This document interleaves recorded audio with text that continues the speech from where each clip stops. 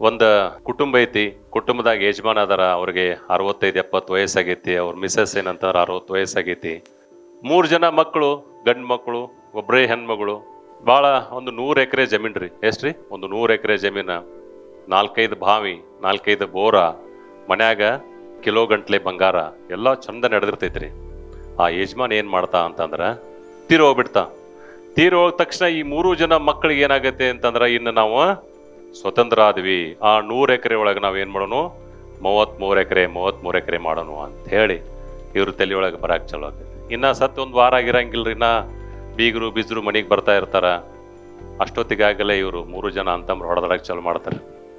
ಇಲ್ರಿ, ಹೊಳಿ ಕಡೆದ ಭೂಮಿ ನನಗೆ ಬೇಕು, ಬಾವಿ ಕಡೆದ ಭೂಮಿ ನನಗೆ ಬೇಕು, ಬೋರ್ ನನಗೆ ಬೇಕು ಅಂತೇಳಿ ಜೋರ್ ಗಲಾಟೆಗೆ ಸ್ಟಾರ್ಟ್ ಆಗತ್ರಿ. ಜೋರ್ ಗಲಾಟಾಗಿ ಕುಂತ ಬಿಡ್ತಾರೆ. ಅದಕ್ಕೆ ಪಾಲ ಮಾಡ್ಕೊಳ್ಳೋದು ನಾವೆಲ್ಲ. ಎಷ್ಟು ಬರ್ತರಿ? 33 ಎಕರೆ ಎಲ್ಲರೂ ಬರ್ತೈತಿ. ಬಂಗಾರ ಹಂಚ್ಕೋತಾರ. ತಾಯಿ ಎಲ್ಲ ನೋಡ್ಕೋತ ಕೂತಿರ್ತಾಳ್ರಿ. ಏನಂತಂದ್ರೆ ಇವ್ರು ಏನ್ ಮಾಡತ್ತಾರ ಮಕ್ಕಳು ಅಂತೇಳಿ ಜೋರಾಗಿ ಮಾತಾಡ್ತಿರ್ತಾರ. ಏನಂತಾರ, ಆ ಹೊಲ ನನಗ್ ಬಂತು, ಈ ಗದ್ದೆ ನನಗ್ ಬಂತು, ಈ ಭೂಮಿ ನನಗ್ ಬಂತು, ಆ ತೋಟ ನನಗ್ ಬಂತು ಅಂತ ಹೇಳಿ ಎಲ್ಲವನ್ನು ಕೂಡ ಮಾಡ್ಕೋತಾರ.